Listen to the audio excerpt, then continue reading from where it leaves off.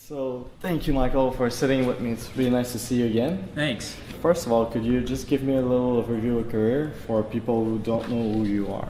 So I'm Michael Kurinsky, and I'm a production designer currently at Sony Pictures Animation, and I just finished up Hotel Transylvania 2.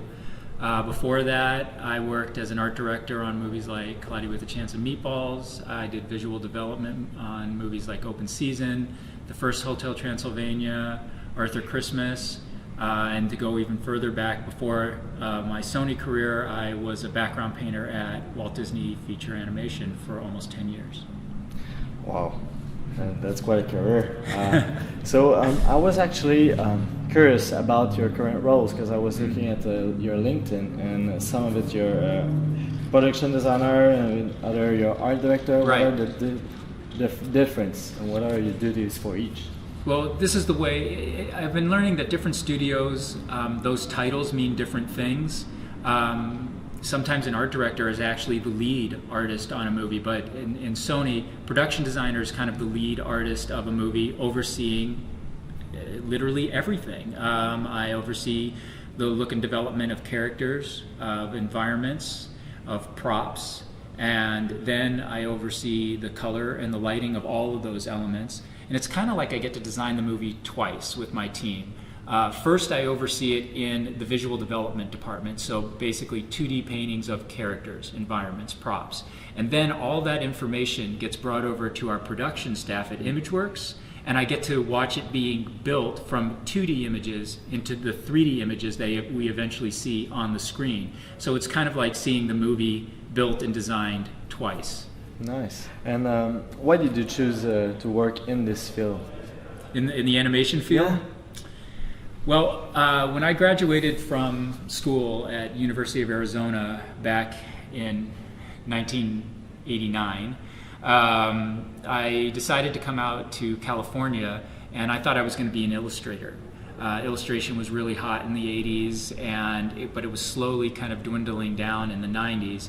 And through a friend of a friend, I was looking for work when I first got to Los Angeles, and they said, "Oh, I know this person who owns an animation studio that does TV commercials.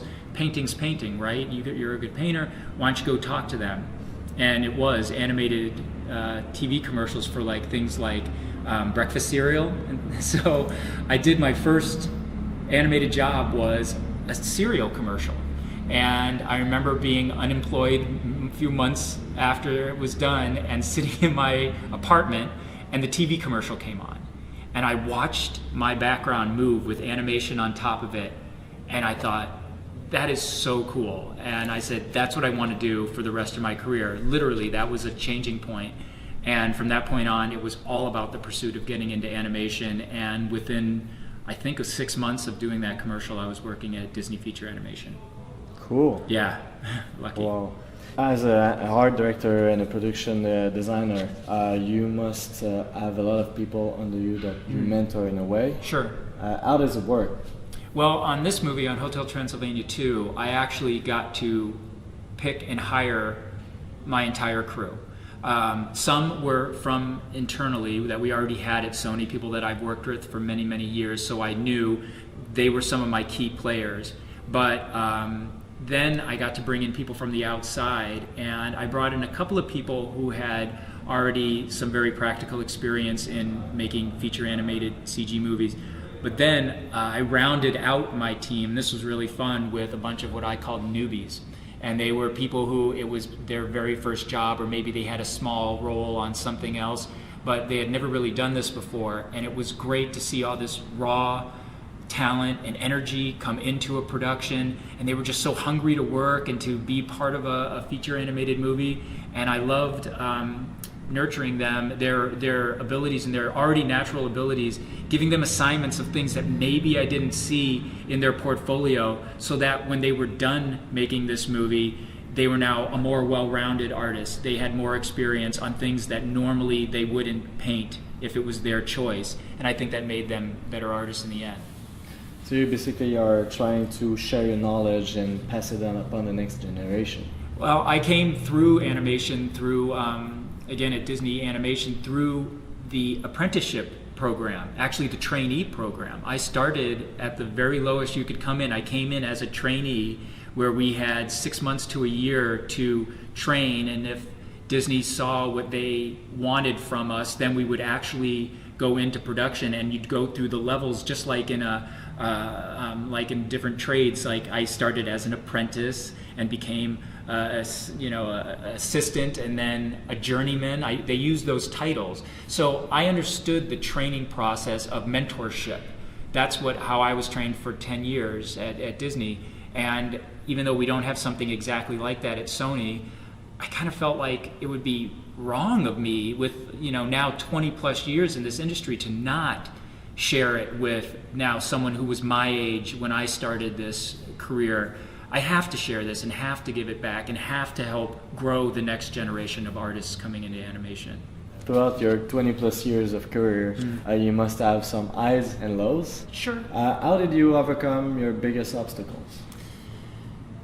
Well, some of the low points was obviously when animation was in certain studios wasn't doing well.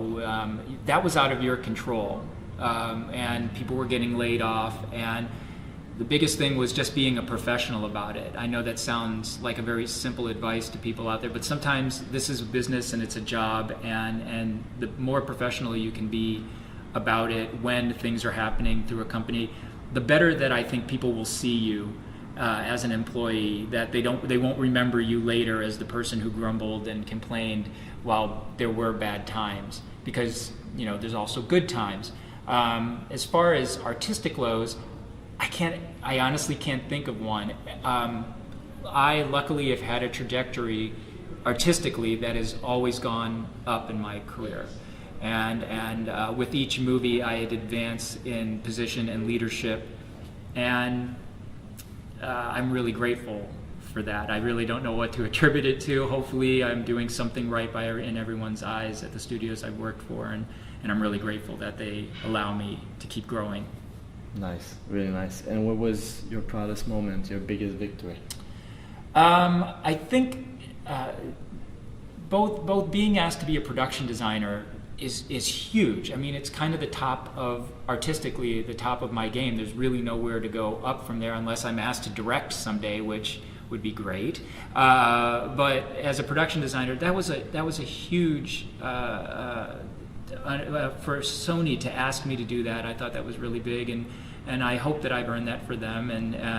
But I will go back a little bit to being asked to be art director on Cloudy with a Chance of Meatballs, because you have to understand, I came from Disney where I was a background painter, and when you're at Disney, sort of the model of that studio is you do something, you do it really well, and you send it off to somebody else who does something and does that and does very well. It was kind of hard to grow inside that environment. Not good or bad, it's just that's the way it was set up.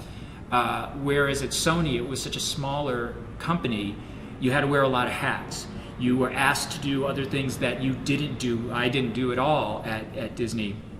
So because of that, I was able to grow in 2 years at Sony faster than I did in almost 10 at Disney.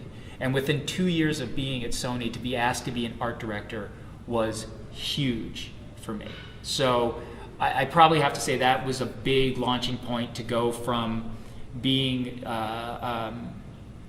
an artist who came on to develop to actually being a leader. So I'd say that's probably my proudest moment.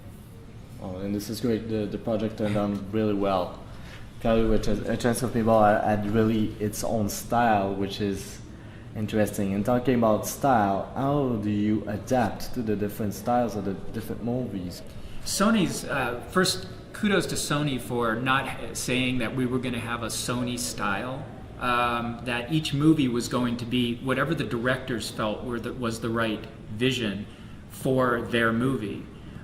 So to adapt to those things, really, I say this a lot to young artists, part of your job is not just to be a good artist, but it's to be a good listener. It's to listen to your director and see what it is that makes them crazy excited that they want their movie to look like. To use Cloudy as an example, Chris and Phil would come in with all sorts of crazy suggestions. One day I'm watching a certain Disney short. The next day I'm watching Armageddon.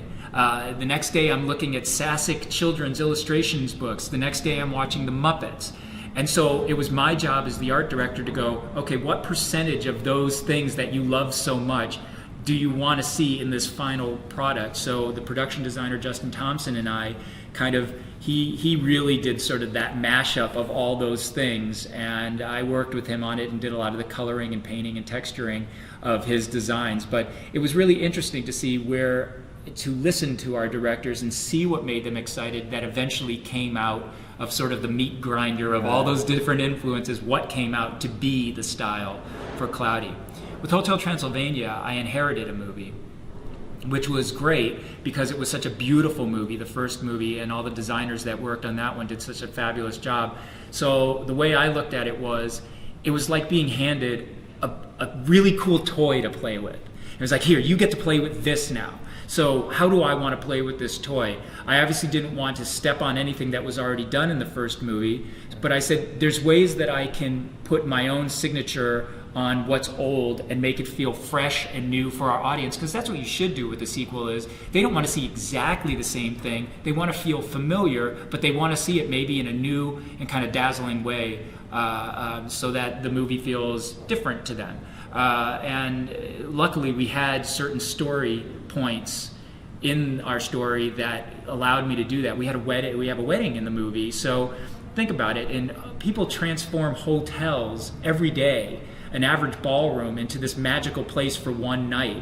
Well, this is Dracula's hotel, and it's his only daughter that we know from the first movie he completely obsesses over. Of course he's going to transform the hotel. So that was my job and my team's job to become wedding coordinators. You know what I mean? I got to be and say to the team, all right, guys, we're designing a wedding. You know, it's like, so I got to come up with lighting and color schemes, different draperies, designing cakes, and Mavis's dress, which I was told by my daughter, don't mess up Mavis's dress. I mean, it was, no pressure. No pressure.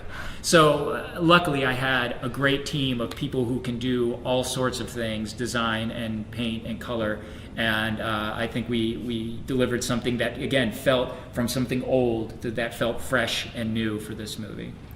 Great. And do you approach your work differently depending if it's for a 2D movie or a 3D movie? Do you know, I don't actually. As a matter of fact, I went back to my background painting roots for this movie in a way, because I thought about what made Hotel Transylvania 1 so special, and for me, it was that animation style of Gendy's. Gendy pushing the way he pushes the animation in there.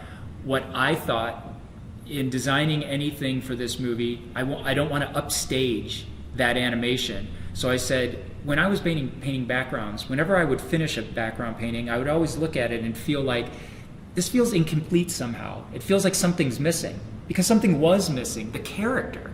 The character is usually the pop and the punch when you're watching a 2D animated movie. So I said, well, why don't I do that in this 3D movie, find ways to simplify and make, if we were to take the character out, that maybe the backgrounds would feel incomplete. There wouldn't be a pop or a punch color in there. I'd save that for the lighting on the characters and simplify everything in the background. That way, all that dynamic animation reads really, really well over it. So I actually went back to a 2D thinking and applied it to a 3D world. What is creativity for you?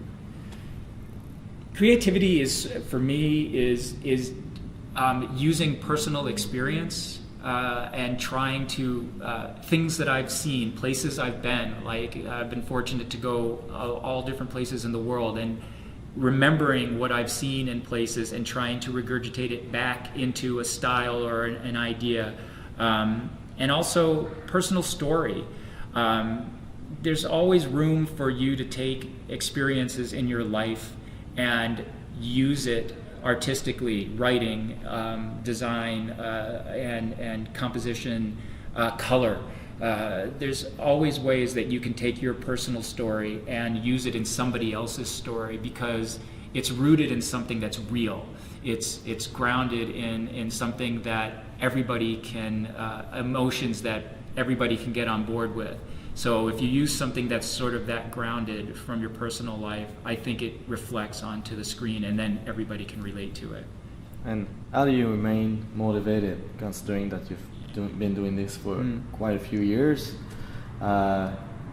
sometimes the energy isn't always there. How do you remain motivated to continue? New projects always bring new motivation, because every time someone approaches you with a new idea, you read a script, you see new possibilities. It's not the same thing. It can't be. It's a completely different story in completely different settings. That right there is inspiring, because I read a script and I start jotting down notes in the side of the script. Visuals come as I'm reading them. I think we can all say that when we've read books and things like that, we picture the world in our head. Well, my job is to go and take that to the next level, and not just picture it in my head, is to amass a team of people and go, we're going to do this with this story. That's exciting work. I mean, how can you not be inspired by that? And then that said, the other part of it is that team. I get to work around not only some of the most talented artists in the business, but just genuinely good, nice people to be around. I mean, we're with them more than we're with our families sometimes when things get, really busy. And you want to work around people that you want to be around. And every single person on my crew was that person. Not only did they produce artistically, but they were just a joy to do it with. Like, no complainers. They were always up for the task. And when things got busy, they were there. They were all very professional about it. So, yeah, it's the people keep you motivated. And we, I don't want to say compete's not the right word. We all kind of inspire each other. Like, you see somebody doing good work, you want to do good work. You want us all. We all want to do. Like, everybody wants to keep making sure that we're always on our game and doing our best work. So, a good creative environment should always inspire you. What makes a good design to your eyes? I think for me, when I look at a good design, comes down to value. Sometimes is what I'm always thinking of the painting part of it. Even though my title is production designer, I don't design as much as some other people on my actual crew do. They're more designers sort of from line. For me, where I start to see the real design and possibility, let's just say in a line drawing, is how I'm going to light the thing, how I'm going to focus your eye where I want you to look. That's when it gets really exciting for me in design. So if I can do something just with lighting and value to make the composition work to focus your eye where I want you to, then that to me is a good composition. Great. And what advice would you give your younger self? Oh my gosh. First of all, if I could go back and tell my younger self, like 10-year-old Mike, who used to sit and draw Star Wars drawings on the floor of his bedroom while listening to like comedy albums, that was a typical Saturday. I would love to be able to just whisper in 10-year-old Mike's ear and go, you're going to do this for a living, and somebody's going to pay you to do it every day, and you're going to make movies. That would be incredible. I actually would tell myself to do it more. I would have drawn even more as a child, and maybe I would be more of a designer on the sort of the line end of things, like just drawing with line. And but I found my way in through painting. But I would love to have maybe drawn more, carried a sketchbook as a kid and just said, draw every day, draw your friends in class or in the lunchroom or something like that. That probably would be the advice that I would give my younger self. And I know you're working probably directly with the director of every movie. What are the discussions when you get the scene with him? What are the things that you establish with him before you go with your team and create? So usually every Monday, I would sit down with Genndy Tartakovsky on Hotel Transylvania and ask him, okay, so we were told that this sequence is coming through, and we need to design this set, and we have these two new characters and this important prop.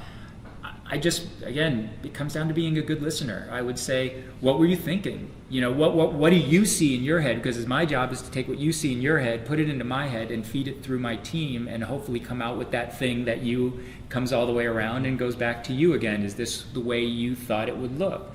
So I would just try to get his general impressions of what he was looking for. How big is the space we're talking about in a new environment? So it would start with, and sometimes Genndy's the really hands-on kind of director. Sometimes if he couldn't verbalize it, he would grab a sketch pad and go something like this, and I'd walk it up to our team and go, we need to design this, but not a sketch. It needs to be a fully realized version of this. So I love that, and then we would show the creative process would be, then we'd go and we'd work on it. We would have meetings where we put artwork in front of him in various stages, and we'd get notes back from him, and sometimes a yes is a yes. A no was never just a no, try something different. Again, if it was a no, he'd pull out that sketch pad and go, you're close. How about more like this? Walk it back up to the team and go, we were close, a little more like this. So I like that kind of director, where he's very hands-on, and he knows what he wants up in here, and it's not, I'll know what I want when you show it to me. I don't like that kind of director where all of a sudden you have to paint something 10 times for them to know that it's right. Gendy knows what he wants, so just if I listened hard enough, I could probably figure out what he wanted. And it's interesting that he uses visuals to communicate with you guys, to create visuals. It's the best way, Then the interpretation is there's no misinterpretation. You have the sketch right there, and you can see what he sees in his head. Well, I can't wait to see what comes next in your career Me too. and with your team. Thank you very much. Thank you very much. It was really nice. It's a pleasure.